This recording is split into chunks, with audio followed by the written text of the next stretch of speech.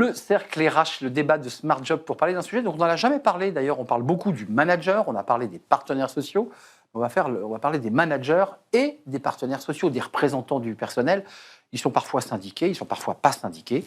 Comment les manager? Parce que c'est à la fois des salariés qui vont être détachés à temps plein parfois, et parfois ils vont continuer à exercer un emploi sur site tout en étant les représentants du personnel. C'est parfois un casse-tête et on en parle avec mes invités. J'ai à mes côtés Caroline de Senneville qui m'accompagne dans cette émission. Alors elle nous éclairera.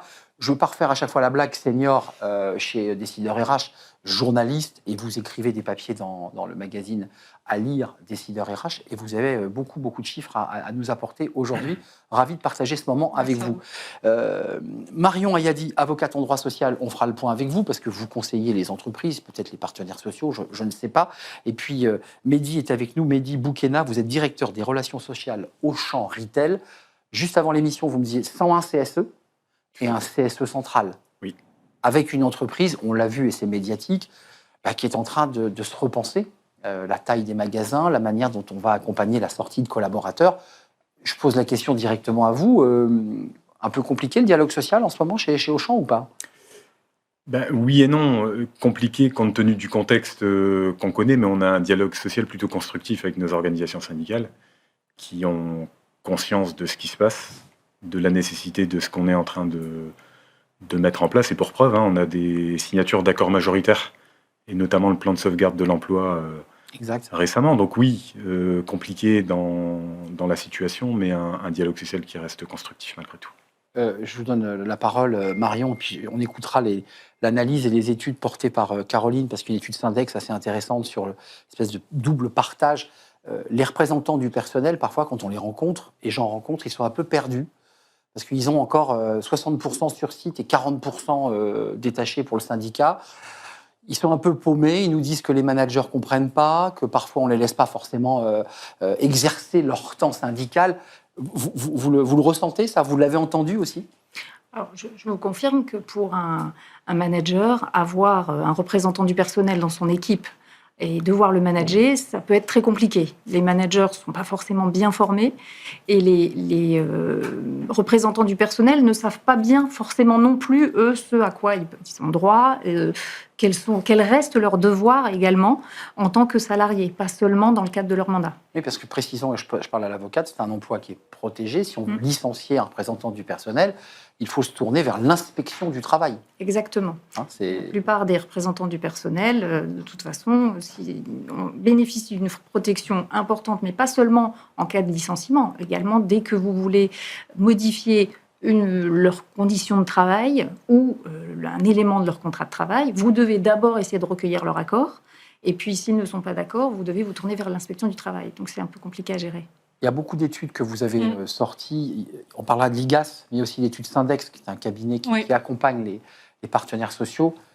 On voit à travers cette étude que les syndicalistes sont parfois un peu perdus eux aussi, quoi. Oui, c'est un baromètre qui est sorti avec l'IFOP en janvier dernier, et il y a une certaine défiance envers la direction qui a été exprimée, puisque 99% des représentants du personnel estiment qu'ils devraient davantage consulter sur leur travail et la manière de l'exercer. Ils expriment aussi une véritable course contre la montre en permanence pour pouvoir assumer les fameuses heures de délégation. Et autre point, 93% d'entre eux estiment que le pouvoir décisionnaire de l'entreprise devrait être mieux réparti entre l'employeur, le CSE, les représentants du personnel et les salariés. Voilà, c'est ce qui a été exprimé. Juste, je m'arrête là parce que vous avez fait une petite moue qui est assez classique, parce que c'est ce que vous entendez, j'imagine, assez régulièrement. Oui, assez régulièrement, et notamment sur le partage du volet décisionnaire. Maintenant, on n'est pas dans un système de cogestion comme on peut le connaître dans d'autres pays en France. En Allemagne notamment. Oui. En Allemagne notamment. Donc, nous, on les informe, on les consulte, ils rendent un avis.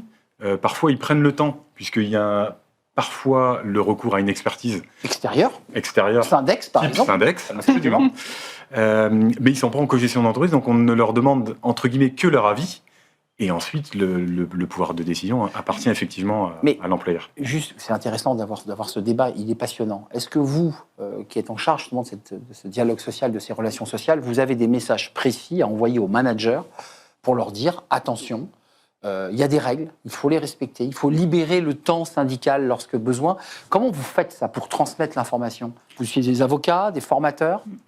Alors, moi, je recours beaucoup à la formation, mais aussi à l'acculturation et à la sensibilisation.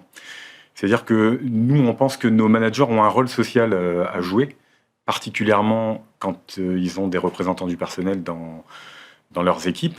Donc, on forme souvent, notamment en prise de fonction, pour leur faire prendre conscience des droits que les représentants du personnel ont, mais aussi des devoirs. Donc, ils ont un rôle managérial. C'est tendu pour le manager à qui vous dites, tiens, vous avez le délégué central syndical, celui qui est au gros CSE central, donc qui va avoir accès à un niveau de décision. Enfin, c'est compliqué pour le manager. Il doit faire quand même un peu attention, peut-être plus attention, je ne sais pas. Alors, dans une grande entreprise comme la mienne, le délégué syndical central est détaché à temps plein. C'est à 100%. Son job, c'est délégué syndical. C'est un professionnel du syndicalisme. Absolument. C'est vrai que ce n'est pas la majeure partie des entreprises. Non, il y a beaucoup d'entreprises. Dans la plupart des entreprises, les représentants du personnel exercent leur mandat sur une partie finalement résiduelle de leur temps de travail. Donc il y a quand même des outils qui sont prévus pour pouvoir aider le manager à gérer la relation avec un élu ou avec un délégué syndical. Alors, notamment, nous, ce qu'on conseille régulièrement de faire, c'est que c'est un entretien de début de mandat. Donc, c'est prévu par la loi, mais c'est à la demande du salarié qu'il peut être organisé. Donc reçu par le manager. Exactement. Et en fait, le manager qui prend en main une nouvelle équipe et dans laquelle il y a un représentant du personnel, en fait, même si l'entretien de début de mandat a déjà eu lieu parce que le mandat a pris effet un peu plus tôt, on conseille de toute façon de prendre connaissance du contenu de cet entretien de début de mandat ou éventuellement de rencontrer à nouveau le représentant du personnel et de faire un point, parce que c'est le moment où on fait un point sur l'articulation entre la durée qu'il va consacrer au mandat et la durée qu'il peut consacrer à ses fonctions, ses missions professionnelles. Parce qu'il est en pointillé, le salarié. Exactement. Et puis on explique au manager, attention, vous ne pouvez pas établir un planning en prenant d'emblée pour acquis le fait que le salarié ne sera jamais là le lundi matin parce que vous avez décidé que pour vous, c'était plus pratique qu'il pose ses heures de délégation le lundi matin. C'est compliqué pour le manager. Il est obligé aussi de s'adapter à un emploi du temps assez variable. Il part en CSE, il a des délégations. On voit quand même pointer du doigt la difficulté de la reconnaissance des entreprises qui, globalement, jouent peut-être pas totalement le jeu. Alors, je ne pointe pas du doigt au champ, vous êtes là et vous êtes avec nous, mais est-ce qu'il y a comme ça parfois une manière de mettre un peu sur le côté le syndicaliste ? Moi, je vais vous parler de votre expérience, de mon expérience, de mon entreprise. Nous, on a un accord sur le dialogue social, où on régit les choses. Règles. C'est pour ça que vous parlez du délégué central. Par voie d'accord, nous, il y a des tâches à temps plein. Ensuite, on prévoit des moyens et des dispositions pour nos élus de manière à ce qu'ils puissent exercer leur mandat, notamment en matière d'heures de délégation, en matière de préparation des réunions de CSE. Oui. Donc, on est mieux disant que ce que prévoit la loi. Chaque mois, ils ont un temps de préparation. On leur consacre 3 heures. Ouais, il faut savoir qu'ils ont parfois des dossiers très des dossiers à traiter. Surtout un PSE, c'est très lourd. Donc, concernant le PSE, on a fait un accord spécifique également où on a prévu du temps et des moyens pour les élus et les délégués syndicaux pour qu'ils puissent accompagner les salariés concernés et qui puissent aussi appréhender le sujet, parce que comme vous dites, c'est un gros sujet. Et souvent technique, juridique. Et ce qui veut dire que dans ce type d'accord, en fait, le temps qui est alloué en plus, c'est du temps qui est considéré comme du temps de travail effectif et qui est payé comme tel. Donc c'est vraiment intéressant et c'est important que les élus puissent disposer de ce temps supplémentaire sur des consultations ponctuelles ou des projets spécifiques. D'ailleurs, Maître, qu'est-ce qui se passe si un CSE, en partie, tout ou partie, démissionne parce qu'il y a au fur et à mesure, finalement, on se désengage. Qu'est-ce qui se passe? Alors, vous devez organiser de nouvelles élections. Voilà. Sauf si les élections, si la fin du mandat théorique est située dans un délai qui est inférieur à 6 mois. D'accord. Donc là, on laisse le CSE vacant et on attend la prochaine élection. Mais sinon, vous devez organiser des élections. Caroline, un éclairage. Et là, il est intéressant parce qu'il va faire aussi avancer le débat. Il y a aussi l'IGAS, qui est une institution bien connue, qui a travaillé sur ce sujet. Qu'est-ce que nous dit l'IGAS, qui est souvent des rapports un peu poil à gratter? L'IGAS, c'est sévère. Déjà, ça a été une comparaison entre la France, l'Allemagne, l'Irlande, l'Italie et la Suède. L'IGAS est très sévère sur nos méthodes de management en France. Fait le constat qu'en France, on a un taux de syndicalisation autour de 9%. Qui a plus de 70% en Suède. Donc, il y a des écarts très forts. Et le constat majeur... C'est pas tout à fait le même modèle, mais... Oui, c'est tout à fait. Et un des constats majeurs, c'est qu'au sein des entreprises, la mobilisation du dialogue social autour des pratiques managériales est très limitée. Ils insistent aussi sur le fait que que les instances représentatives du personnel, dont la vocation était la plus proche de ces questions managériales, ont été en fait supprimées par les ordonnances de 2017, avec notamment le fameux CST. Donc voilà, ils sont un peu Qui est sévères. devenu le CSST. Ouais. Voilà, on a supprimé le CHSCT. Maître, c'est intéressant parce que mais remis une autre institution, en une fait, autre instance. c'est à l'intérieur du CSE. Le CSE a récupéré les missions hygiène et sécurité et santé. Et on a en créant une commission santé, sécurité au travail. sein du CSE. Les ordonnances Macron, juste d'un mot, parce que les entreprises finalement regardent ça d'un peu de haut, mais les syndicalistes, quand vous leur en parlez, sont vent debout en disant il faut revenir sur les ordonnances Macron, ce qu'évoque l'IGAS d'ailleurs. Trop de travail, surcharge de travail, incapacité à gérer le volume de dossiers, parce qu'il y a beaucoup de travail. Qu'est-ce que vous dites, vous, la juriste? Elles sont bien, ces ordonnances, ou pas? Alors, elles présentent certains avantages, en fait, qui sont de rationaliser la situation et les institutions représentatives qu'on a autour de la table. Parce que parfois, en fait, on se retrouvait avec une multiplicité de consultations, de niveaux de consultation, de commissions. Une sorte de maquis, en fait. Voilà, et finalement, avec des représentants du personnel qui sont les mêmes, mais ils avaient une casquette différente. Donc, ils avaient une fois la casquette CHSCT, une fois la casquette CSE, il fallait leur dire la même chose dans une instance différente. Donc, ça se mérite d'avoir rationalisé un peu les réunions. Maintenant, effectivement, on entend beaucoup, en tout cas, les représentants du personnel qui se plaignent finalement d'une dégradation du dialogue. Du fait de... Il y a un autre point qui est intéressant, c'est que l'IGAS souligne le retard de la France dans le développement de structures qui accompagnent les managers. Par rapport notamment à l'Italie, à l'Allemagne ou la Suède, et ils incitent à étendre les missions de l'APEC au conseil, au cadre, dans leur pratique managériale, de développer des dispositifs d'accompagnement vraiment plus poussés. Donc ça rejoint un peu ce que vous disiez sur les enjeux de formation. Qu'est-ce que vous répondez? Vous nous dites, nous, on est en avance, on donne vraiment des moyens aux syndicalistes, aux représentants. Côté manager, eux, ils ont quand même du business à faire, ils ont quand même des rayons à remplir, ils ont de la vente à faire. Ils ont le temps de s'y consacrer à ce volet-là, dont vous leur dites qu'il est important, mais eux, sur le terrain, c'est plus compliqué, j'imagine. Oui, mais sur le terrain, c'est pour ça qu'on insiste sur ce fameux rôle social. Et en fait, un bon dialogue social, un bon climat social sur le terrain, c'est un levier de performance, en fait. Donc les managers, une fois qu'ils prennent conscience de ça, donc j'accepte d'avoir des élus, des délégués syndicaux, j'accepte l'échange, ça permet de s'emparer de certains irritants. Ça permet de traiter des sujets qui peuvent prendre une autre dimension ou d'autres proportions via les instances représentatives, via une inspection du travail ou via, pire, un contentieux. Donc les managers, en fait, nous, c'est pour ça que je parlais de sensibilisation. Ouais. On les sensibilise au fait de... ça peut être un gain de temps et ça peut être un gain de performance aussi. Le salarié, on l'évoquait tout à l'heure, c'est un contrat particulier, puisque si on s'en sépare, c'est l'inspection du travail. Le manager, lorsqu'il lui reste encore 30% sur site, et là, il est reçu cette fois-ci plus comme représentant du personnel, il est reçu comme un salarié qui a fait 30%. Il va être jugé sur ce travail-là. Oui. C'est un peu compliqué, là aussi. Alors, c'est un vrai enjeu. L'évaluation, l'évaluation du travail des représentants du personnel, c'est quelque chose qui est très compliqué. Pour le coup, les managers devraient être davantage accompagnés parce qu'en aucun cas, ils ne doivent faire état, lors de l'évaluation du représentant du personnel, de sa moindre disponibilité, du fait qu'il est un peu absent. Ça génère un biais, quoi. Voilà. Et pour autant, finalement, si un objectif à 100%, c'est de vendre 100 contrats dans l'année et que le représentant du personnel en vend 70 parce qu'il travaille à 70%, il doit avoir 100% de son bonus, sa rémunération variable. Mais c'est parfois compliqué. Il faut bien expliquer aux managers et au reste de l'équipe que ce n'est pas une injustice et que ce n'est pas un traitement différencié. Vous voyez, une différence de traitement qui ne serait pas justifiée si cette personne-là... Je suis victime de ma position de syndicaliste et je suis sanctionné dans mon évolution de carrière. Et pour le manager, c'est parfois difficile pour lui de se dire « je ne dois pas dire un mot sur le statut de représentant du personnel, sinon je suis en train de le discriminer, même si c'est juste pour lui dire écoute, cet aspect-là de tes fonctions, je ne peux pas les évaluer parce que tu n'es pas suffisamment là. » Mais ça, il ne faut surtout pas le dire.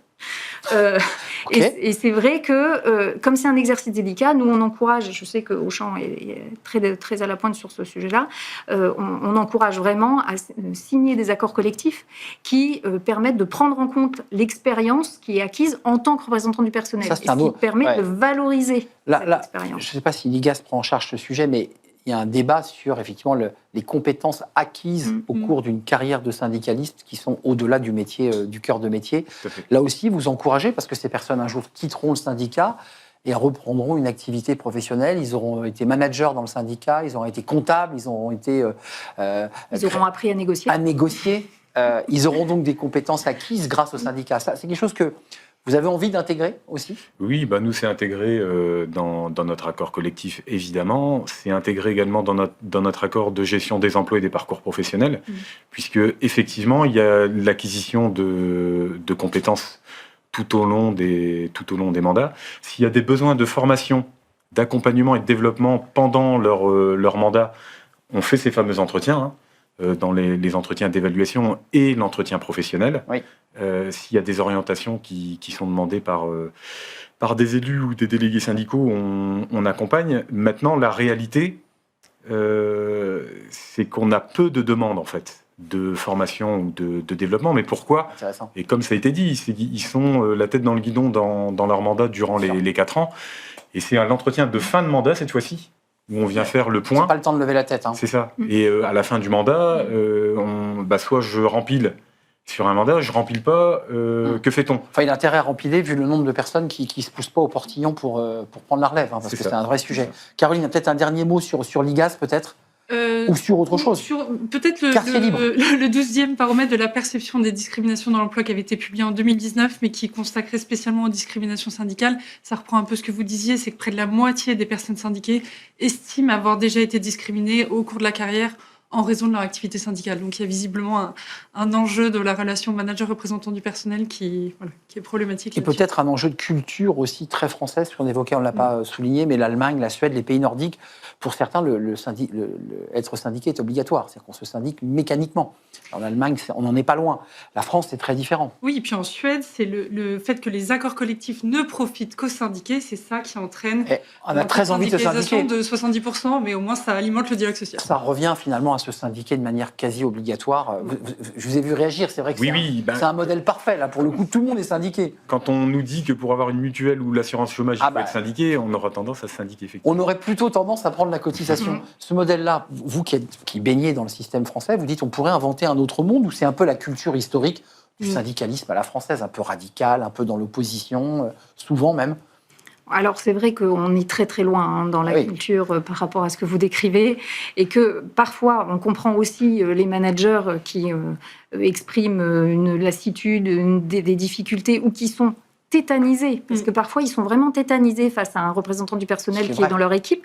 Ils savent plus quoi lui dire, ils n'osent rien dire. Ils le laissent finalement un peu vaquer. Oui, mais ce qui fait que finalement on arrive parfois à des situations qui sont catastrophiques également, parce que à les laisser s'enfiler, sans les évaluer, en fait, d'une certaine façon, on les met à l'écart. Exact. Et ils se sentent discriminés dans ce cas-là. Ils se sentent discriminés, ou ils se sentent harcelés, et à juste titre. Ça, c'est très intéressant. Qui ne partaient pas d'un mauvais sentiment, mais parce qu'on ne sait pas leur parler, la personne dérive. Exactement. Et elle-même se sent isolée. Vous êtes d'accord avec cette analyse-là, ce risque-là, en tout cas? Oui, tout à fait. Et c'est encore une fois la raison pour laquelle nous, notre sujet, c'est de bien sensibiliser, former, accompagner les managers à pouvoir s'adresser à leurs élus. On ne met pas des œillères parce qu'on a un élu. De base, c'est un salarié comme les autres, en fait. Ensuite, effectivement, il y a des heures de délégation, il y a des réunions, etc. Mais on souhaite, nous, désacraliser ce côté. C'est un syndicaliste, c'est un élu. On ne lui parle pas, attention. Voilà, c'est ça. Au contraire, on y va. On se parle, on prend un café ensemble. Brisons la glace, quoi. Voilà, brisons la glace. On va échanger des informations. Parce que dans la définition du dialogue social, il y a la négociation, il y a la consultation. Mais il y a l'échange d'informations. Ça, c'est votre boulot aussi, l'air de rien. Absolument. C'est créer ces small talk, ce lien, cette capacité à garder le lien. Exactement. C'est un débat passionnant, qu'on n'avait jamais eu d'ailleurs sur le plateau de Smart Job, parce que c'est effectivement un peu l'hybridation du syndicaliste et du salarié. Merci d'être venu nous éclairer, Mehdi Boukhena, directeur des relations sociales au Champ Retail. Vous en êtes tout du PSE? Il est en cours, de mise en œuvre. En cours de mise en œuvre. Donc ça veut dire des dizaines et des dizaines de réunions. Avec les partenaires sociaux. Alors ce volet-là est fini. En fait, quand je dis mettre en œuvre, en fait, les salariés sont en cours d'accompagnement. En cours d'accompagnement. De départ et d'accompagnement, de mobilité interne, de mobilité externe. Merci en tout cas, Marion Yadi, merci d'être venue nous éclairer, avocate en droit social. Merci à Caroline de Senneville, décideur RH, journaliste, spécialiste des enjeux RH. On se retrouvera chaque semaine. Avec Vous plaisir. êtes d'accord? Avec plaisir. Allez, on part comme ça. Merci à vous. Merci à vous. beaucoup. Merci de votre fidélité. Merci à l'équipe. Merci à Nicolas Juchat. Merci à Paul au son. Et merci à Angel à la réalisation. Merci à toutes les équipes. Merci à tous les invités qui nous ont rendu visite tout au long de cette très très belle saison Smart Job. C'était un vrai plaisir. Et j'ai envie de vous dire, on sera là en septembre. Bah oui, parce que c'est pas formidable tout ça. Passez un bel été, pas trop chaud j'espère. Je vous dis à très très bientôt. Je dis à Caroline à la rentrée. À la rentrée. Belles vacances à vous. Et Également. merci à toutes les équipes, merci aux équipes FICA des Smart Jobs. À très bientôt, bye bye.